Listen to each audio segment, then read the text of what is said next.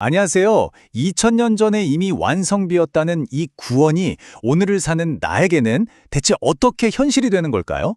예수님의 십자가 사건이 그냥 역서책에 나오는 이야기가 아니라 바로 내 이야기가 되는 그 과정을 한번 들여다보려고 합니다.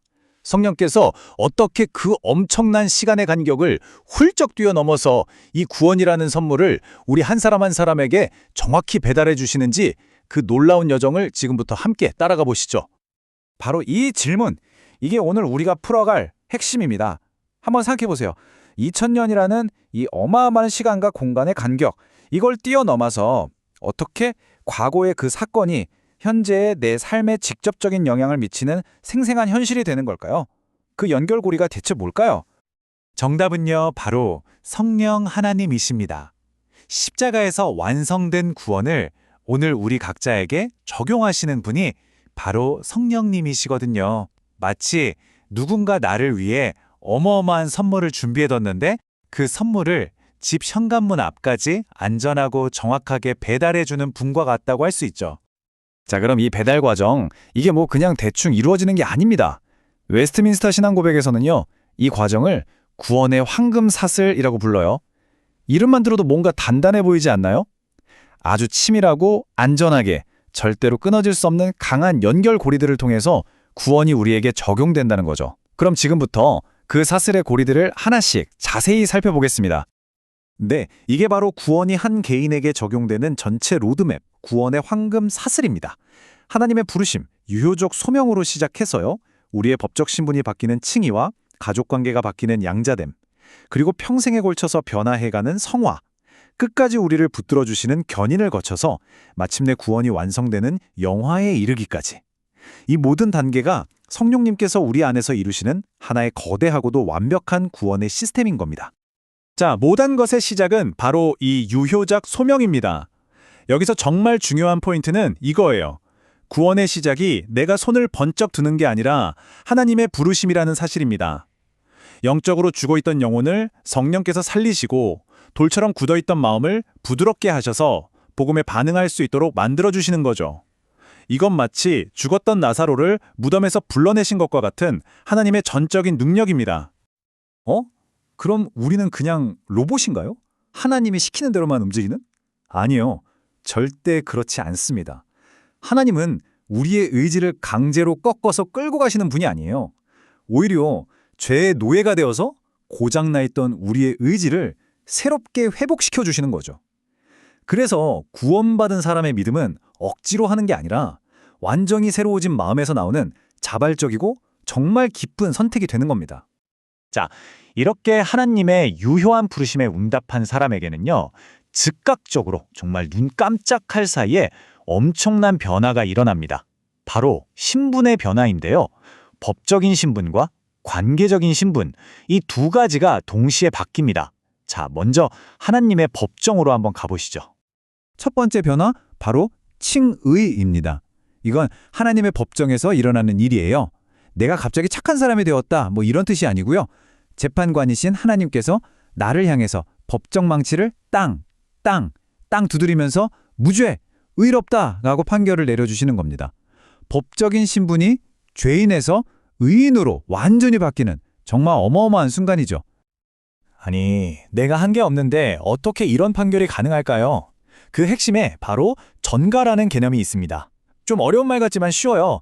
나의 의로움이 아니라 그리스도의 완벽한 의로움이 마치 내 은행 계좌로 탁 하고 이체된 것처럼 우리에게 주어졌기 때문이라는 거예요. 내 것이 아닌 그리스도의 것으로 우리가 의롭다고 인정받는 거죠. 자, 법정에서 무죄 선고를 받았습니다. 그럼 이제 어디로 갈까요? 집으로 가야죠. 이게 바로 두 번째 신분, 양자됨입니다. 우리는 차가운 죄수복을 벗고 이제 왕의 자녀가 되어서 하나님을 아빠, 아버지라고 부를 수 있는 놀라운 특권을 얻게 되는 거예요. 법적인 관계가 따뜻한 가족 관계로 발전하는 거죠.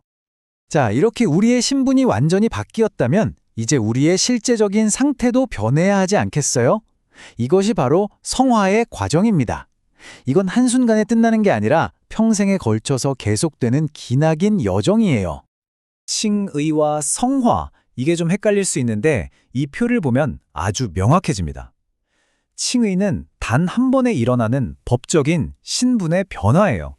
반면에 성화는 평생에 걸쳐서 일어나는 실제적인 상태의 변화죠. 그래서 칭의의 장소가 법정이라면 성화의 장소는 아픈 곳을 치료하는 병원 또는 내 안의 죄와 싸우는 전쟁터와 같습니다. 하나는 이미 완성된 사건이고 다른 하나는 지금도 계속 진행 중인 과정이라는 거 꼭 기억하세요. 그럼 이 성화의 과정, 현실에서는 어떨까요? 사실 장밋빛 길만 있는 건 아니죠. 우리 안에는 여전히 죄의 속성이 남아 있어서 옛 본성과 새 본성이 끊임없이 싸우는 말 그대로 화해할 수 없는 전쟁이 계속됩니다.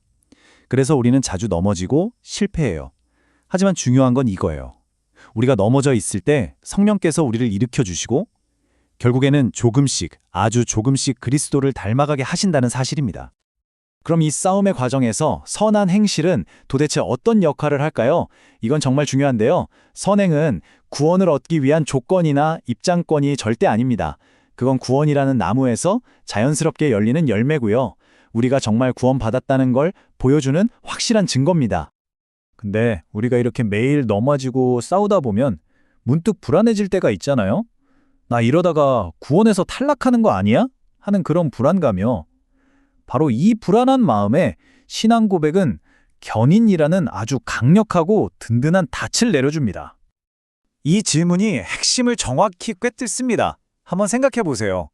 우리의 구원은 과연 나의 노력에 달려 있을까요? 아니면 다른 무언가에 달려 있을까요? 내가 이 구원의 밧줄을 필사적으로 붙잡고 있는 걸까요? 아니면 누군가가 나를 그 밧줄로 꽉 붙들고 있는 걸까요? 성도의 견인이라는 교리가 바로 그 답을 줍니다. 뭐냐면요, 우리가 믿음을 지키는 것 같지만 사실은 하나님이 우리를 끝까지 붙들고 계시기 때문에 가능하다는 거예요. 우리의 구원은 변덕스러운 내 의지에 달려있는 게 아니라 결코 변치 않는 하나님의 사랑과 능력에 달려있다는 거죠. 그렇다면 내가 구원받았다는 것을 어떻게 확신할 수 있을까요? 그 확신은 그냥 그런 느낌이 들어서 같은 감정에 근거하지 않아요. 여기에는 세 가지 아주 객관적이고 확실한 근거가 있습니다. 첫째, 절대로 변하지 않는 하나님의 약속의 말씀.